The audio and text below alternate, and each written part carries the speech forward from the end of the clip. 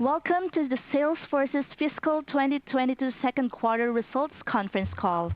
At this time, all participants are in a listen-only mode.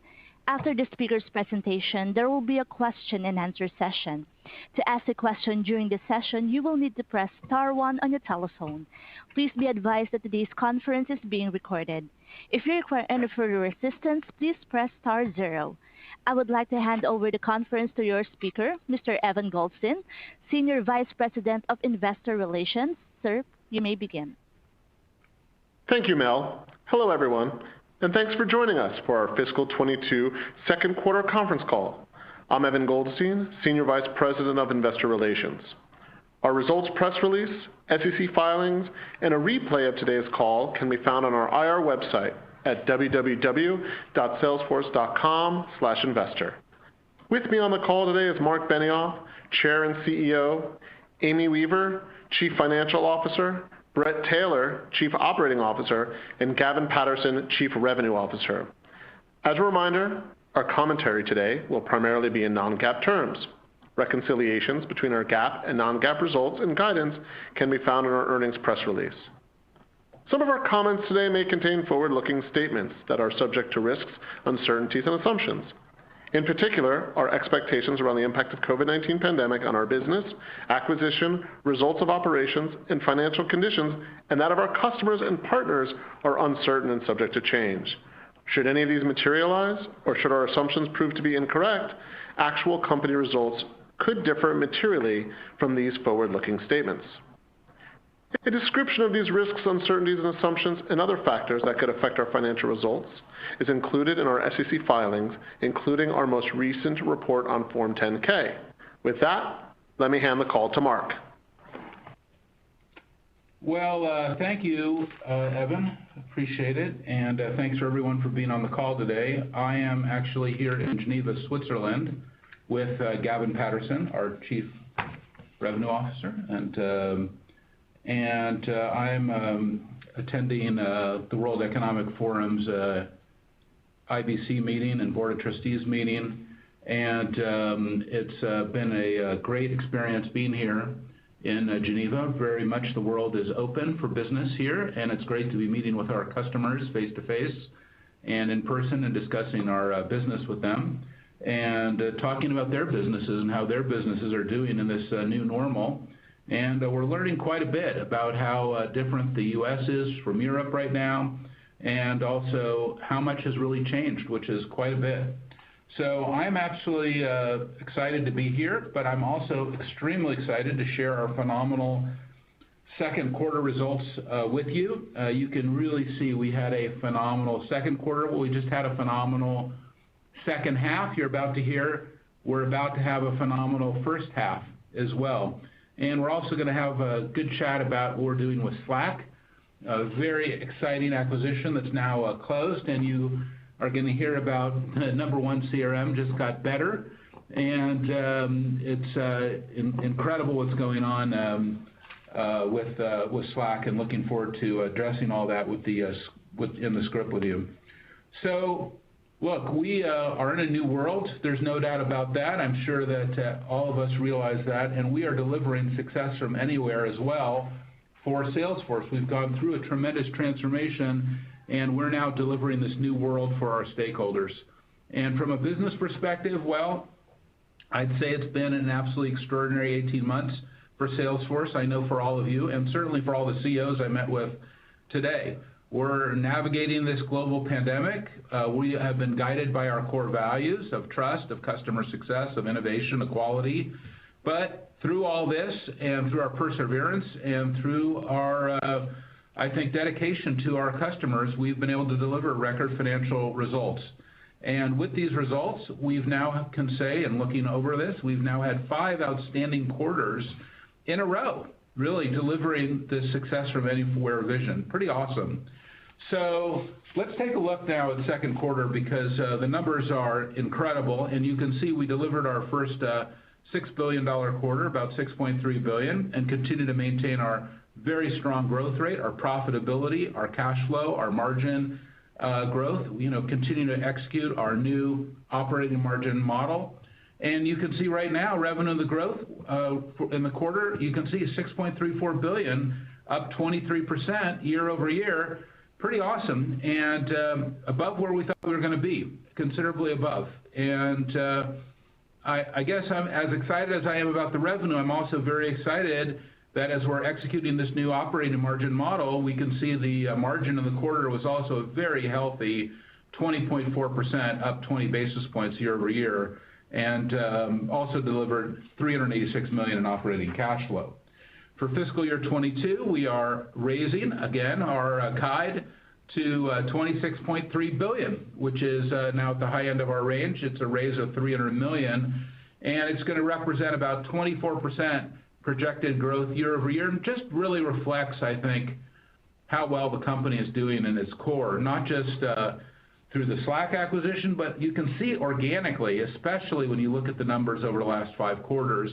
And we're raising our operating margin to 18.5%, up 80 basis points year over year. Again, based on just the outstanding performance of the company, we're able to do some amazing things here with the operating margin. I don't think Salesforce has really ever been, had better execution, better management team, greater momentum. And as I've spoken to so many customers today, I don't think we've ever been more well positioned for them. And I'll say that in 2 areas. One is in our core products, our focus on customer success, the Customer 360, now with the Slack user interface and everything being Slack first. But also our core values. So many of our customers are attracted to us because in many cases they're going through an amazing values transformation, and in the areas of that we've pioneered, and now especially in regards to sustainability, which we'll talk about, because as you know, Salesforce has been a net zero company, but now we're fully renewable as well. And as we start to head towards the Fortune 100, I think that a lot of the companies that I met with today, who are mostly Fortune 100 CEOs, they crave to have that same net zero and renewable profile, which is very exciting to see the world, having this kind of sustainability focus. So I'm absolutely thrilled to see how the core business grew in the first half of the year. And I'm excited about the outlook. I'm excited about our positioning with our customers. And I'll tell you, I'm very excited that 5 out of the last 5 quarters that we've had that 20% or greater revenue growth. And that 3 out of the last 5 quarters we're having greater than 20% operating margin. I don't think we could have said either of those things 5 quarters ago. So my hat is really off to the management team and to the employees for making this happen. And we're raising our guidance for the 4th time in a row as we see increased opportunities for additional revenue growth and additional operating margin capability this year. And look, we're the fastest growing enterprise software company ever. You know that. You're tracking us. You see where the numbers are going. You can see what the trajectory is, the velocity of the company, both in revenue and margin. And now you can also see that no other software company of our size and scale is really performing at this level. So we are really, quite confident and remain on our path to generate $50 billion in revenue by fiscal year 26, which doesn't seem very far away from right now. And when we first gave that number, it didn't seem as it seemed like it was so far away. Now it seems like, wow, this is going to happen fast.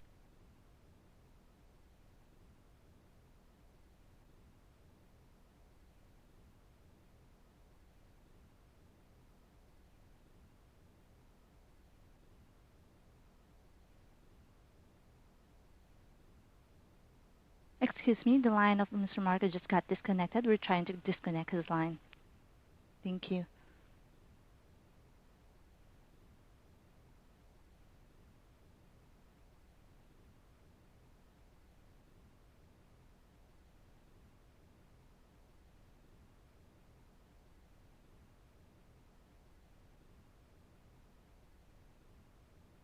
Again, we are trying to reconnect the line for Mr. Marco.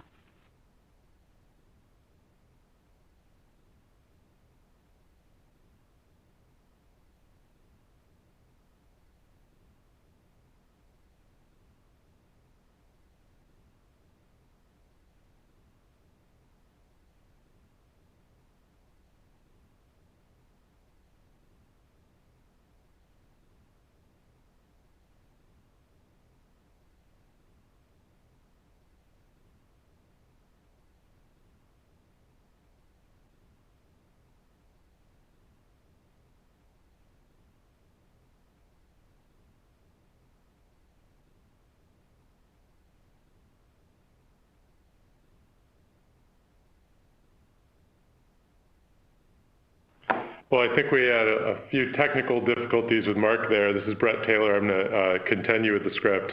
Thanks, Mark, for that amazing introduction and just a reflection on the momentum in the company right now. It really was just an incredible quarter. Our products are more relevant than ever, and I have never seen this kind of momentum in the business. And honestly, that's because CRM is more strategic now than it's ever been. Every digital transformation begins and ends with the customer. And that's why around the world, more and more companies are putting their trust in Salesforce to help them get back to growth. That's the agenda on every CEO's mind in Switzerland, and it's on the mind of every board around the world. IDC just released their April 2021 SaaS Path Vendor Ratings, a survey of more than 2,000 companies worldwide. And Salesforce is rated #1 in trust, #1 in product, #1 in industry specialization, and #1 in value for the price. That is just amazing. It's a true measure of just how mission critical we are to our customers.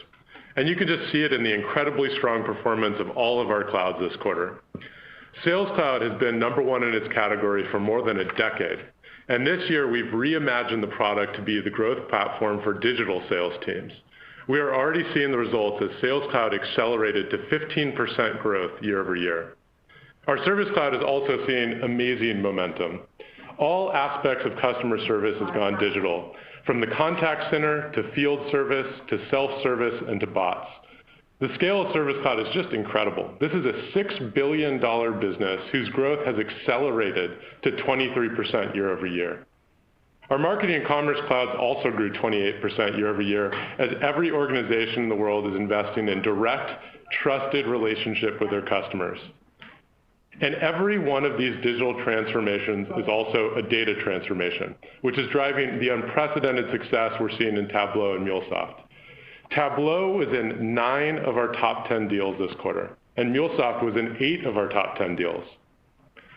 The real power of Salesforce Platform is bringing all of these capabilities together into a Customer 360, a single source of truth for your customers. Our industry strategy is enabling our customers to get started with an end-to-end Customer 360 faster than ever before, tailored to the specific needs of every industry. Our industry cloud saw 58% year-over-year growth in annual recurring revenue. We had especially strong performance in the public sector, in our health cloud business, and financial services. In fact, 4 of our top 10 deals in the second quarter came from the public sector. Our core organic business has never been stronger, just like Mark said. And now with Slack, we're bringing a whole new dimension to Salesforce. There could not be a more relevant product at a more relevant time for every single one of our customers. If you talk to any CEO, read the headline of any paper, or even look around the home office most of you are sitting in right now, you can see the depth of the transformation work has gone through this year. Sales meetings have moved from conference rooms to Slack and to Zoom. Contact centers used to be buildings, and now they exist entirely in the cloud. My commute has moved from the highway to primarily my hallway. Slack is at the center of this.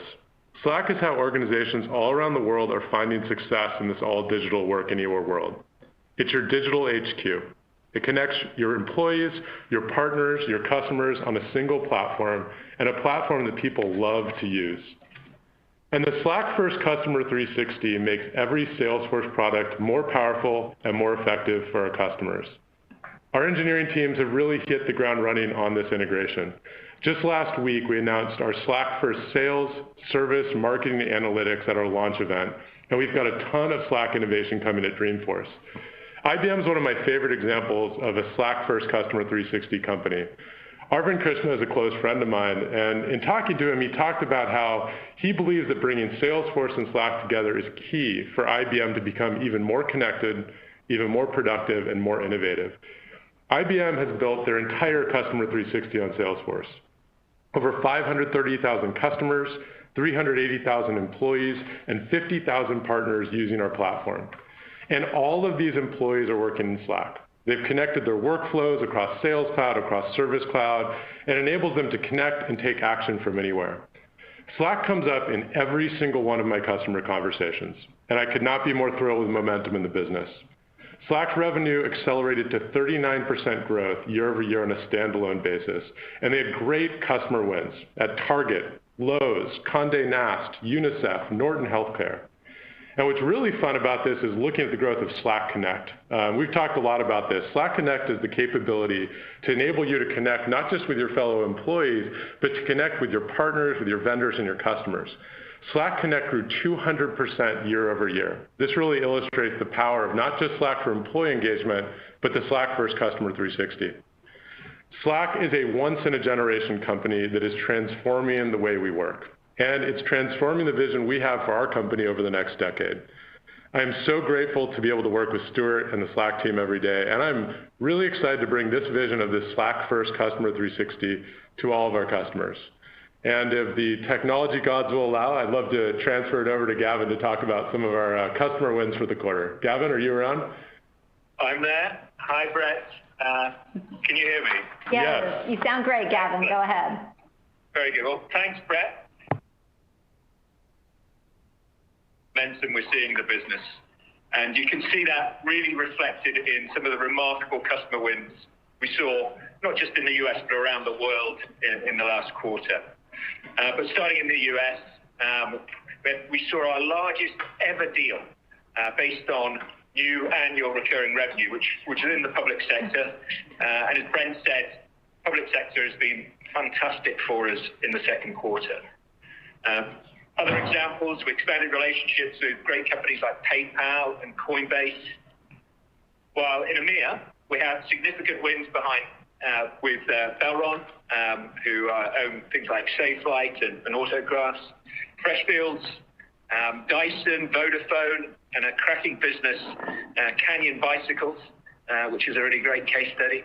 And then in APAC, we continued to deepen our relationships with many businesses, but including things like Afterpay and FWD Thailand. So we're seeing strength internationally as well as in the US. Now, a couple of examples I want to go into a wee bit more detail on, and one is a win with Miller Knoll. Now, you might remember them more as Herman Miller, but it's a fantastic example of a company pivoting with a great digital customer experience. So back at the start of the pandemic, Miller Knoll saw a huge spike in demand for their furniture, not surprisingly. Of course, they turned to Salesforce to transform their e-commerce experience in the quarter, and they're already seeing a significant improvement in conversion rates on the back of that. Since then, they've been providing an even better experience, tailored product recommendations, a streamlined checkout experience, and next generation video chat. And on top of that, Miller Knoll is a net zero company, and they're now using Salesforce Sustainability Cloud to track their carbon footprint and other climate-related initiatives. So you can see it's a great example of how we're building partnerships, building multi-cloud solutions around the customer 360, and we go from strength to strength. I wanted to talk about Rbc Wealth Management, which is another great win in the quarter. They're using the customer 360 to streamline processes, integrate data from over 26 different systems to create a unified wealth management platform that provides advisors with a 360-degree view of every client. And I think that's something that really brings the customer 360 to life for more than 2,100 RBC financial advisors. I think this example to me, I think is very powerful. They've been using Salesforce workflow automation to transform the client onboarding process, which was several weeks, more than 100 pages of physical documents, and it is now a digital task that takes just 24 minutes. I mean, that is quite remarkable, I think. Geico was a great win in the quarter. Needs no introduction, of course. But in case you don't know about Geico, it is the second largest auto insurer in the US. And they're really leaning into the power of the 360, the customer 360, to create a single view of their customers across the entire business. And now more than 25,000 agents are going to be putting their trust in that customer 360, which is now providing AI-powered analytics to improve those customer relationships. And 3M, now this is one we've talked about in the past. You've heard Mark talk about how they've been using the customer 360 across 83 countries. But that relationship continues to expand. Now 3M are using Trailhead to train thousands of customer-facing employees as they join the company. Salesforce Maps is now being used as part of their proposition. Tableau CRM is giving actionable intelligence to better manage operations, engage with customers, boost productivity. And then in Q2, 3M selected our philanthropy cloud to help empower nearly 100,000 employees to give back to their communities with the goal of achieving 2 million employee volunteer hours over the next 5 years. I think that's a really, really powerful example. And then one more, just before I hand over to Amy, and it's Ikea. So Ikea, fantastic business over here in Europe. Another great example of the Customer 360. We've already been helping them with marketing. They've been getting a great ROI with Marketing Cloud across over 30 markets. Now, as home improvements were soaring in the pandemic, they turned to us to use field service to help schedule in-home planning visits, installations, after-service support across the US. So another example of how we're building our relationships, adding clouds to existing customers, going increasingly into partnership-type relationships. So I think these are a few examples. There are many more, but they're all, I think, examples of how we're helping customers deliver success from wherever they are, from anywhere. So net-net, my conversations with customers, I think, are giving me great confidence, not just in the demand for our products and services, but I think in our ability to execute in the second half of the year. So it's both demand and execution. So I continue to see, this being maintained going forward. So there's a really strong demand environment across Salesforce in the second half, and I think Slack is really going to enhance that. So just before I hand over to Amy, I'd just like to say a quick thank you to the amazing effort of the sales teams around the world. They've been able to adapt to a different way of working, a new normal, and in doing so, we've been able to continue to support our customers, and I'd like to thank them for that. So Amy, over to you. Great. Thank you, Gavin, and good afternoon, everyone. Q2 was another quarter of remarkable top and bottom line performance. We exceeded our top line expectations, achieving record levels of Q2 new business. We saw strong demand across all of our products, regions, and customer sizes. And we were able to execute with discipline to drive higher operating income. We also completed the acquisition of Slack Technologies on July 21st, bringing yet another best-in-class asset into our Customer 360. We believe that Slack will play a critical role in the digital transformation of our customers as they reimagine the future of work in a digital-first work-from-anywhere environment. And that process is already underway, with Slack's business accelerating into the close of the acquisition. In Q2, Slack's revenue grew 39% year over year on a standalone basis, which excludes any impact of purchase accounting. Slack also saw strong performance in customer acquisition, especially in the enterprise. The number of paid customers spending greater than $100,000 annually accelerated during the quarter, up 41%. For the short period between the close of the deal and the end of our fiscal Q2, Slack's operating results were immaterial to our non-GAAP results, and they are included below the line in OIE. Slack is consequently excluded from our reported revenue and non-GAAP operating income. Where appropriate, we will call out Slack's specific impact on our Q2 results and our guidance. As part of the acquisition, this quarter we issued $8 billion of senior notes with a weighted average interest rate of 2.25% and weighted average maturity of 20 years. We were very pleased by the terms we received on what we view as an inexpensive source of capital. In particular, I'd like to call attention to the strong reception of our $1 billion sustainability bond, which was our most oversubscribed note in the offering.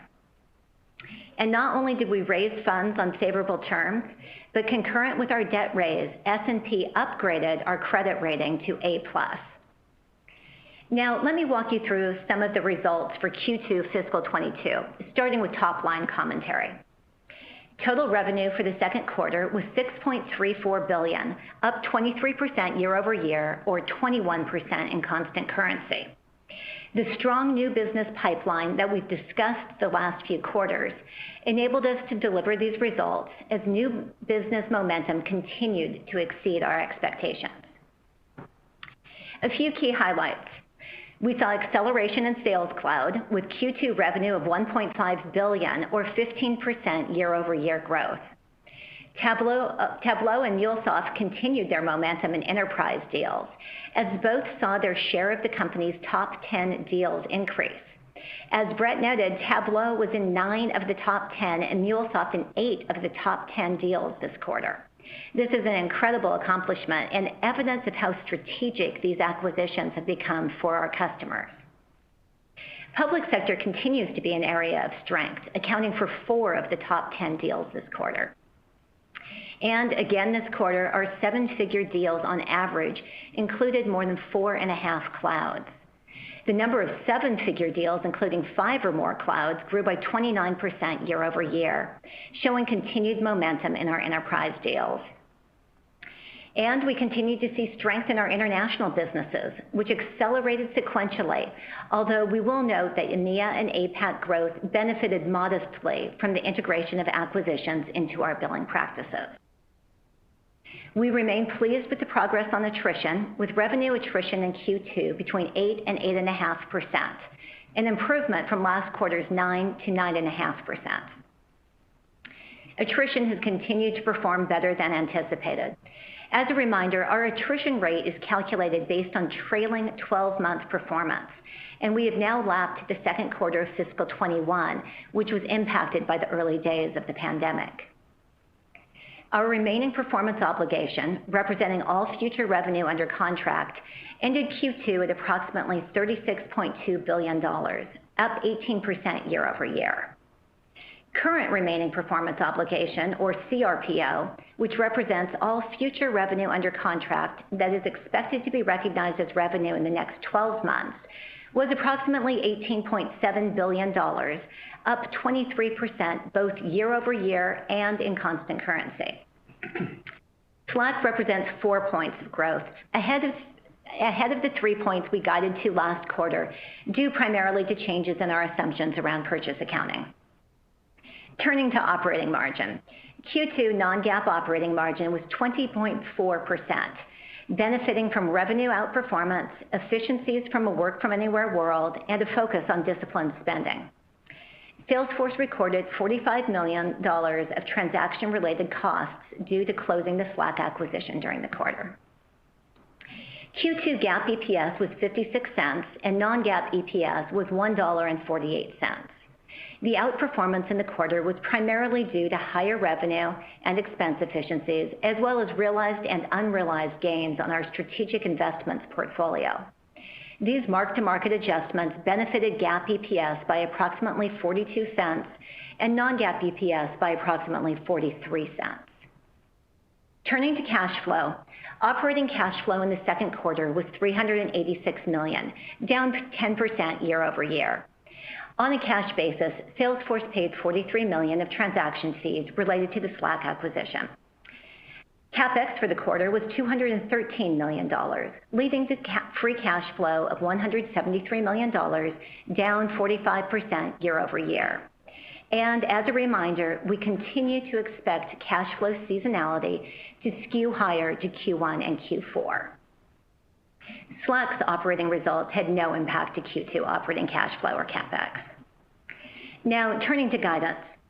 We expect Q3 revenue of $6.78 to $6.79 billion, or approximately 25% growth year over year. This guidance assumes a $250 million contribution from Slack.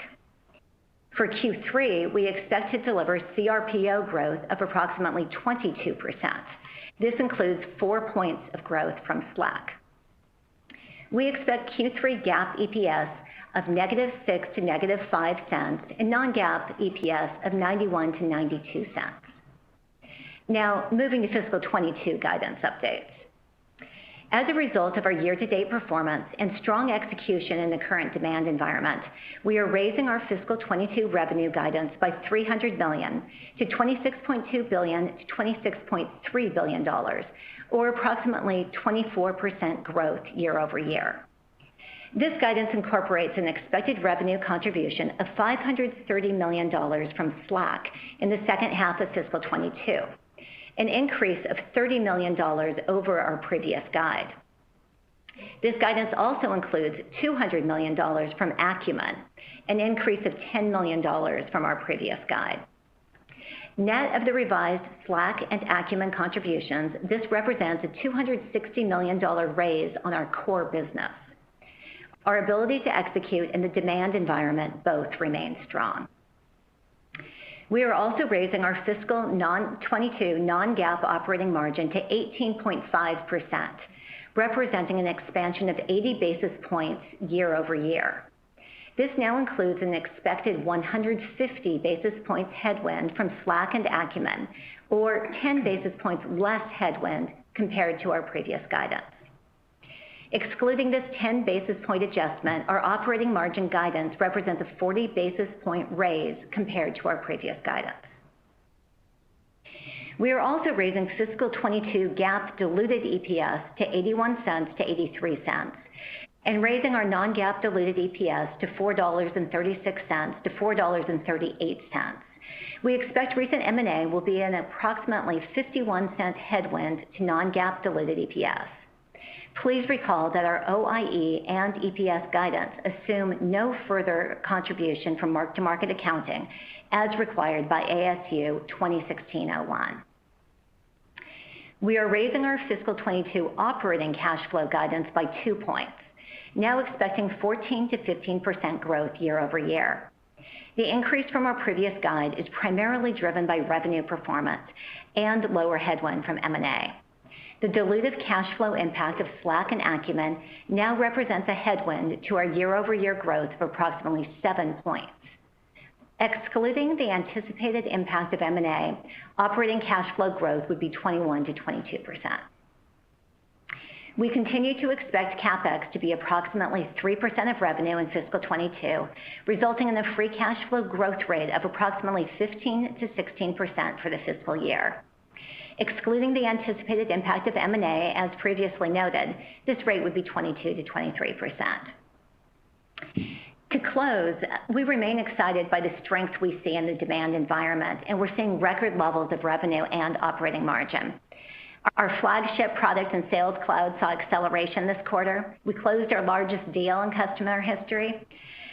We had an impressive first half of fiscal 22, and we're excited to continue Slack's momentum with the power of our two companies now together. And the increased revenue guidance reflects the confidence we have in the fundamentals of our business, and we remain well on our way to achieving our goal of $50 billion in fiscal 26. We are committed to being disciplined along the way while challenging ourselves to find additional areas of operational improvement. I want to say thank you to all of our employees for being able to focus on disciplined, efficient growth during the quarter, and we're looking forward to further strengthening the durability of our operating model going forward. And finally, I look forward to engaging with many of you at our upcoming Investor Day on September 23rd. I'll now turn the call back to Mark for some final comments. All right, well, thanks, Amy. Hopefully I'm back here. You are. And I'm actually now talking through Amy's cell phone, connected to our speakerphone in our conference room in San Francisco. So it turns out the cell phone technology is the big winner. So anyway, thanks, Amy, and that was a great job on earnings, and congratulations on another great quarter with your organization and everything you're doing. I couldn't be more excited about the strength of our core business, our revenue growth, our margin growth, our cash flow growth, as well as the addition of Slack now to our team of unicorns, if you will. I mean, it's absolutely true. The best CRM just got better with Slack, and when you listen to what Brett has to say about the integration of incredible things like Slack Connect, these are becoming extensions to our CRM capabilities. So it's a very exciting moment for our entire product line and our technology team. And I think that with that, our leadership team has really shown through this amazing perseverance and execution over the last several quarters these amazing results. Now we're going to have our digital Dreamforce coming up in San Francisco in less than a month from September 21 through September 23rd. We'll have tens of millions of customers from all over the world tuning in with us, and we'll have hundreds of customers with us live in San Francisco as well. So it's going to be extremely exciting. We want you all to have a front row seat, and please talk to Evan so you're all connected to this program. And we will also be redeploying our Dreamforce to You program as well, delivering custom Dreamforce capability for all of our customers. So I hope that you're all going to join us. Okay, so as Amy mentioned, we're also looking forward to having you then at Investor Day. That will also be amazing, and we're expecting some awesome conversations with all of you.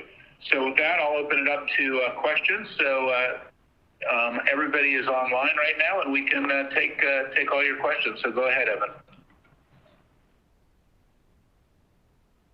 Operator, you can go ahead and open the call for questions. Thank you. And as a reminder, to ask a question, you will need to press star 1 on your telephone keypad. Again, that will be star 1 on your telephone keypad to ask a question, and to withdraw your question, press the pound key. Please stand by while we compile the Q&A roster. The first question comes from the line of Kirk Materne of Evercore. Your line is now open. You may ask a question. Hey, yes, thanks very much. Brett, maybe I wanted to ask you one about Slack. In particular, now that the deal is closed, and I know you're very excited about it, and the whole team is, what are you measuring to sort of judge success with Slack? Maybe beyond just sort of revenue growth, or in terms of sort of number of customers, that number of multi-cloud deals that include Slack. I guess what should we be looking for, to see that the deal is progressing as planned, and it is that sort of 1 + 1 = 7 combination that you guys are betting on?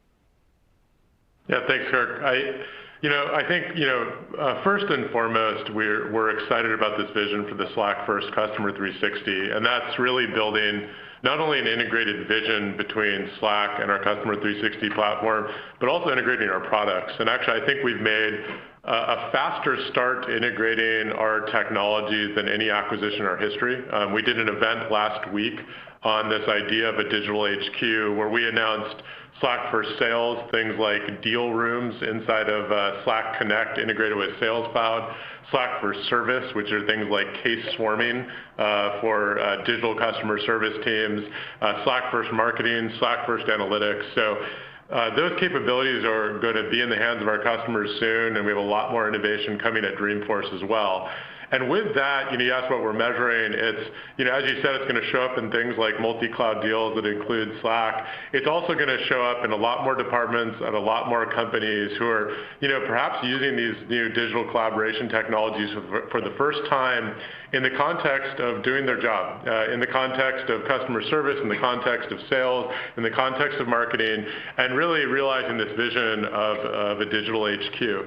I think, Mark has talked a lot about how we're in this new pandemic world, that this isn't going away. We've opened half of our offices, but as you can imagine, not as many people are showing up as we had hoped to at this point because of this pandemic. I've started 2 companies, and I all started by planning my office space. And now if you're starting a company, you start by planning your digital HQ. And that's really what we want to bring to every company in the world, help them build the digital infrastructure to help them succeed in this new normal. And one thing that I think we're really excited about that Mark also mentioned is Slack Connect, which is really bringing these digital tools outside of the walls of our customers' buildings and bringing them to partners and customers as well. And you've seen that in a lot of the product integrations we announced. Thank you. Next question comes from the line of Mark Murphy of JP Morgan. Your line is now open. You may ask your question. Yes, thank you very much. Congrats on a fantastic quarter. Gavin, we have heard that you're selling Slack by actually using it with customers in the selling process itself. I was wondering if you could help us visualize that. And is that something that's transforming the buying experience in a pretty profound way? And I just a quick one for Amy. It's fantastic to see the operating margins 20% plus again, consecutive quarters. where are you identifying new efficiencies to try to create this trajectory on margins? Because it seems like it goes beyond the temporary COVID savings. Well, great question, and I'd just like to say I share Brett and Mark and Amy's excitement about the potential that Slack is going to bring to the customer 360. Since we announced the deal 9 months ago, obviously we've been having conversations with customers about what we're planning to do, recognizing it was needing to go through the DOJ process. And I have to say, I've rarely come across a product that has the buzz, the excitement, the customer advocacy that Slack does. It really is quite remarkable. So there's, I think, huge interest out there amongst customers. Many of our customers are both Salesforce customers and now Slack customers. So there's good overlap between the two, and they can see the synergy that we're going to have from a product perspective. We are beginning to sell through Slack. The most powerful presentations that the sales teams give are often Salesforce on Salesforce. And so Slack on Slack is a very compelling way to explain how we use the product. So we're beginning to do more and more of that. And where we are closing deals, we're leaning in to close deals through you closing the deal itself on Slack, creating channels between us and the customer, and ensuring that everybody who's working on the deal can have real-time access to those channels. And it means that deals close much more quickly. So, in fact, the Slack deal itself was closed on Slack. So that is the perfect example of Slack on Slack, I think. Amy? Great, thanks, Gavin. And you're right, we use Slack to negotiate, we conducted our due diligence, our negotiation, and integration for Slack. So I do think that that's the ultimate example of a terrific sale, all conducted with Slack and Slack Connect. So Mark, turning to your other question about operating margin, so where we have really seen this growing this year, first, we are getting the benefit of very strong business performance in Q1 and Q2, and that does allow us room to provide profitability, and that's while still investing in growth and absorbing the impacts of M&A. Second, we are continuing to build on what we learned during the pandemic about how we can work effectively in a digital-first or a hybrid environment.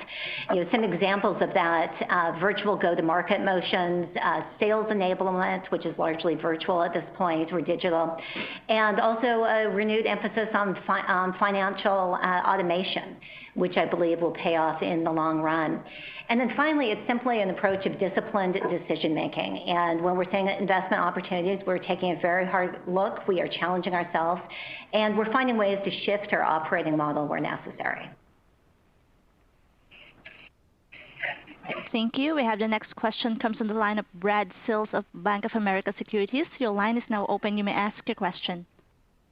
Oh, great. Thanks for taking my question, and congratulations on a real nice Q2 result here. I wanted to ask another one on Slack, but more focused on Slack plus Tableau. I mean, with the combined offerings, you really have a powerful solution to not only see the data, but act on the data. You highlighted this last week at the marketing event where you launched a number of these scenarios, and activated notifications and watch lists were included.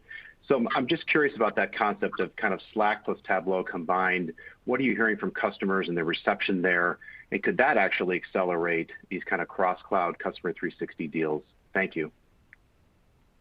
Yeah, thanks for the question. We're really excited about the combination of Slack and Tableau, and it sounds like you watched the event, but for other folks on the call who didn't, we showed, I think, a really wonderful integration between Tableau and Slack, so your data can talk to you. Automated notifications so that when you need to take action on data, you're getting notified in Slack. You can collaborate with your colleagues to diagnose a business issue.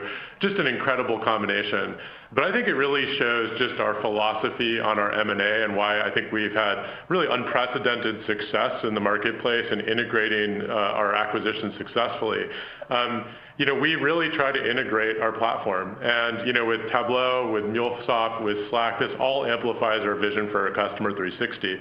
At the center of all these digital transformations our customers are going through is data. You need to integrate that data with MuleSoft, you need to see and understand it with Tableau, and you need to act on that. And that's all going to happen with Slack, which is the system of engagement for the customer 360, but also the system of engagement for every application at your company.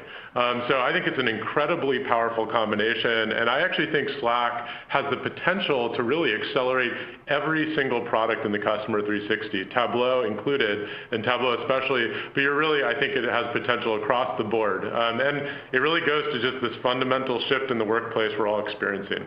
All of you are probably working from home right now, or most of you are.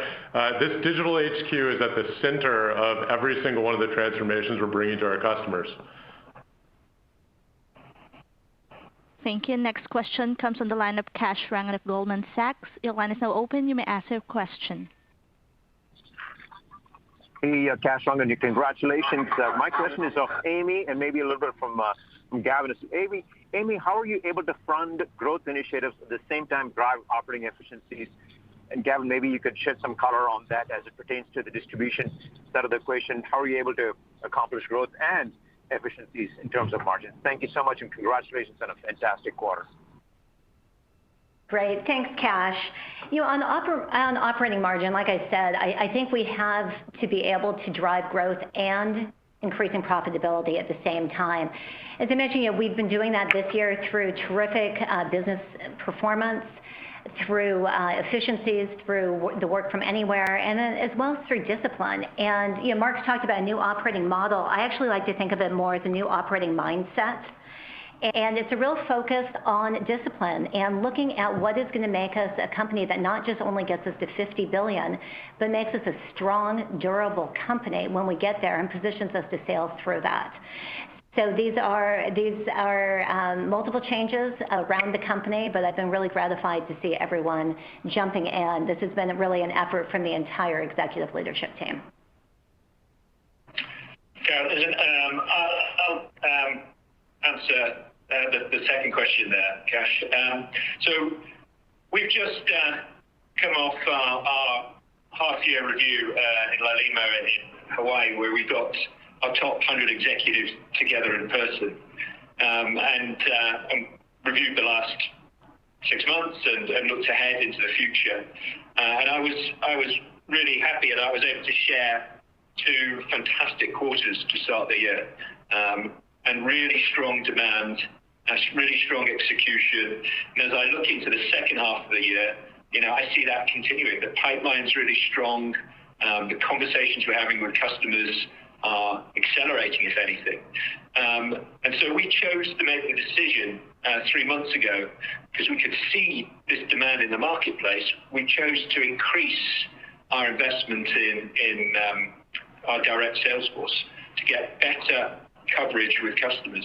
And that is a sign of our confidence in the business. So, I feel very confident that we can continue to grow top line while delivering on expectations around operating margin. It isn't a trade-off.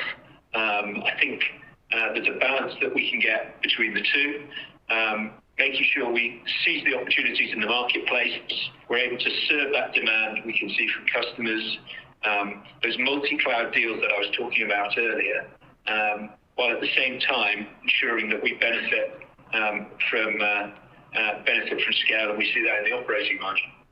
And can you also add, what do you see in the selling motion versus the United States versus here in Europe? Well, I think what's common, Mark, is this is a conversation that's happening with the CEO now.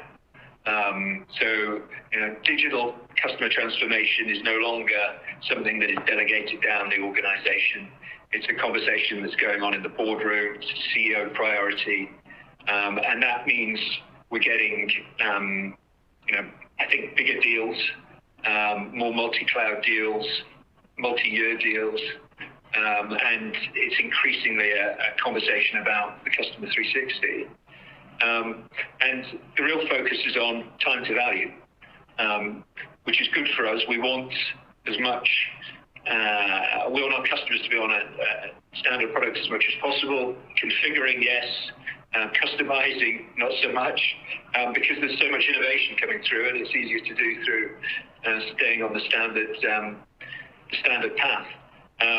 So it's, be it in the US or in Europe, we're seeing our business grow across the board, both in terms of small customers on one end, the SMB market, all the way up to multinationals. We're seeing increasingly bigger deals.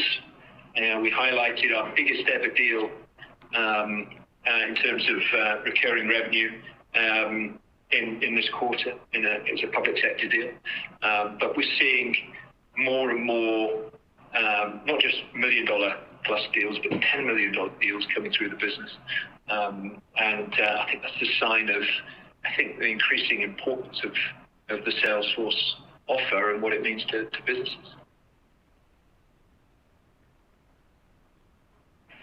Thank you. Next question comes from the line of Keith Weiss of Morgan Stanley. Your line is now open. You may ask your question. Excellent. Thank you guys for taking that question. And really nice quarter and really a nice first half of the year. And I think this echoes comments from both Mark and Amy. I don't recall seeing this type of raise to the full year guide in terms of top line revenues, or definitely not this type of raise to the operating margin guide historically, especially in the first half of the year.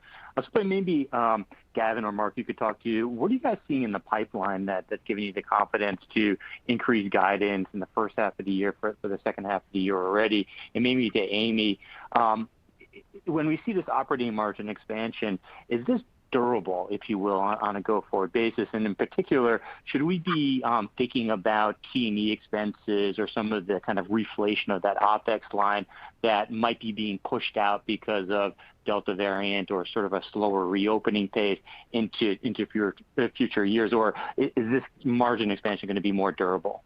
Thank you.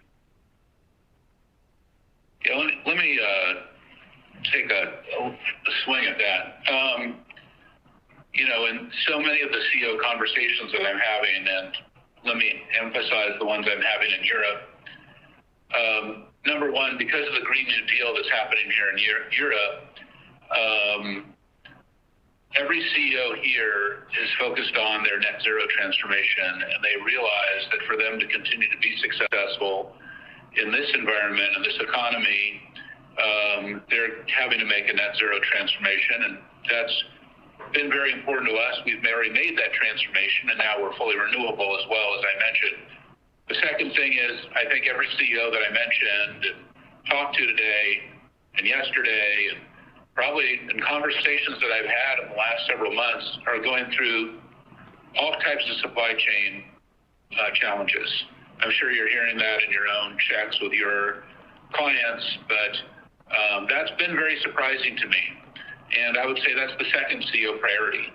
And then I'd say the third CEO priority is exactly what we've been talking about here, which is success from anywhere in this new world. They realize their employees are not coming back exactly as they wanted. I have some stories about when we first started talking about success from anywhere, and that employees would have a choice between office, home, maybe working in an environment like we had last week in Hawaii with our Lalima program, or as you know, we're building this new ranch. CEOs would call me and say, Mark, you don't understand. Everybody's coming back. Everything's going back the way it is. The pandemic's over. And I think now those calls have stopped, and people realize things have really changed. This pandemic has changed things, and work has changed. And when we talk about Digital HQ, we might have been talking about Digital HQ before the pandemic, but after the pandemic, it means something very different. And I think that what Brett said kind of on the fly there, which was very powerful, that, he's obviously been an incredible entrepreneur as well as an operating executive in several companies, but if he was starting a new company, he's not planning his physical office space, he's planning his digital office space. And we're running this call now on a cell phone and on Zoom. It's a very much an example of success from anywhere. But every company has to make this transformation. And that is what is driving our success going forward. This is not a small transformation. This is not a small change. This is why we would pay $27 billion for Slack. We believe so strongly that the world has changed, that the past is gone, that we are in a new world. And yes, we may, I don't think the Delta variant will be material to our business. If anything, it only accelerates it. And Delta is not the last one of these things that we're going to see. We're seeing a, constant now parade of these variants going by. We started with Alpha, and I don't know how many letters there are in the Greek alphabet, but Delta is not the last letter. So we know that. In fact, here in Europe, if you haven't read about what happened with Lambda 2 weeks ago, you probably should. But in all of those things, we're looking to, life has to go on, and it is. And if you were here with me today, you'd say, well, there's probably some risk to what's going on. There probably is. But I'm vaccinated, Gavin's vaccinated, and we're running our business. And that is really the power, and that is the future of what's going on. And I think that this is what we all have to kind of get our head around. And I think in San Francisco, it's very different than how it is right here in Geneva, Switzerland, let me tell you. It's very, very different. I was in office buildings today.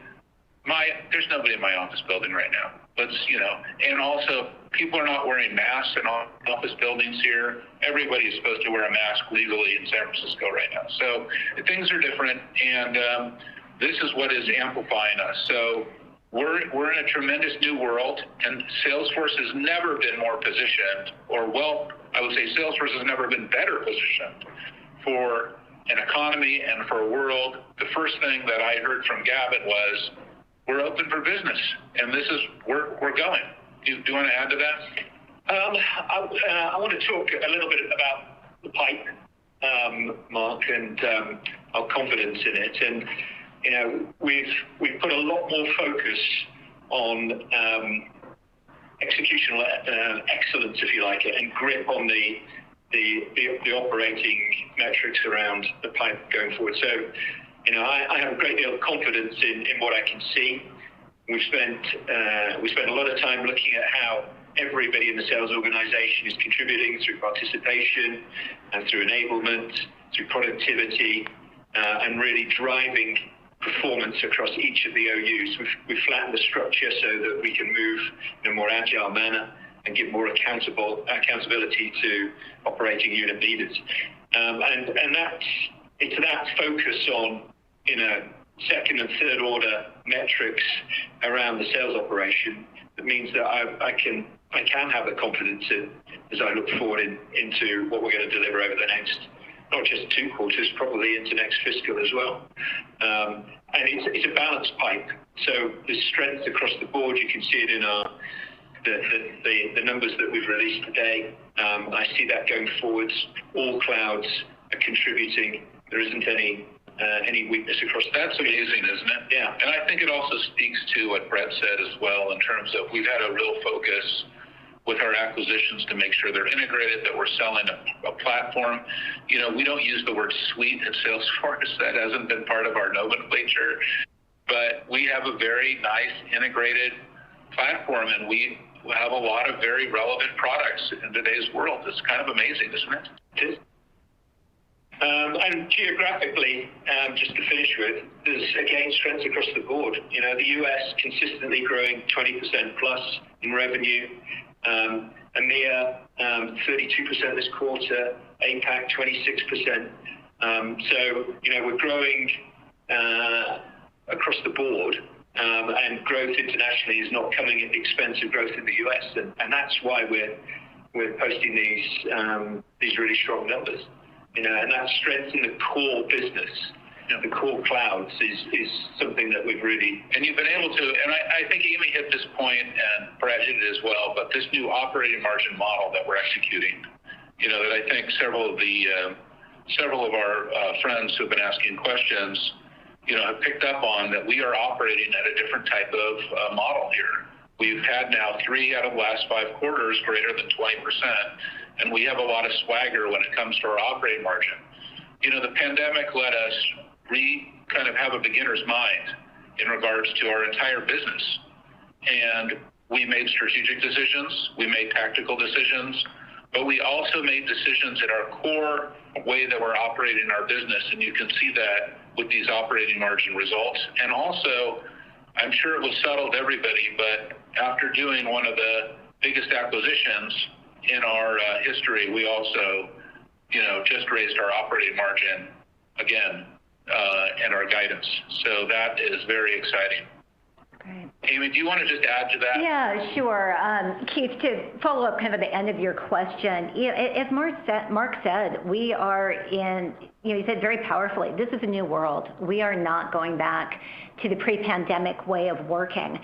And we learned a lot during this period. We learned how we can work effectively from anywhere, how we can sell virtually. And when you look at what is durable, I would say discipline is durable. And we need to apply this discipline going forward and just show you quarter after quarter that we can execute. And I would just say that, we switched to several very powerful values, operating values, when the pandemic started. The management team understands it very well at Salesforce, but we wanted to make sure that we were relevant to our customers and that they understood our relevance. I don't think we've ever been more relevant. We also realized we had a lot of people who were really scared during the pandemic, and that we needed to get them to be confident and that they could participate. And I think that's definitely happened. We needed to make sure that we were able to execute tactically and strategically, and to fully enable what you can see as an extremely large workforce, heading towards 100,000 people. We need to make sure those people are enabled and rolling and focused. And we've done that. And I think in all of those things, the management team has executed. I'm very grateful to the management team and how well they've done. We've also gone through a lot of management transformation. I'm sitting here looking also at Mark Hawkins, who is our CFO Emeritus. So Mark, thank you for everything that you've done for the company as well. And he's on the call here, helping us and coaching us through. And Evan, I look out at all of our Ohana and all of our employees, and for everything that everyone has been through, we have a lot of gratitude that we've been able to deliver this amazing moment. And this is not our last amazing moment. There are some more amazing moments coming, and I'm very excited about the future.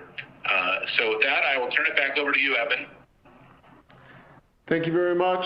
We appreciate everyone joining the call today. So we're all here helping us and coaching us through, and Evan, if you have any, looking at all of our Ohana and all of our employees, and for everything that everyone has been through, we have a lot of gratitude that we've been able to deliver this amazing moment. And this is not our last amazing moment. Well, we're continuing with some technical challenges, but thank you guys for joining the call today. If you have any questions, you can contact us at investor@salesforce.com, and we look forward to engaging with you at Dreamforce and at Investor Day. Thank you very much. Thank you. That concludes today's conference call. Thank you all for participating. You may now disconnect.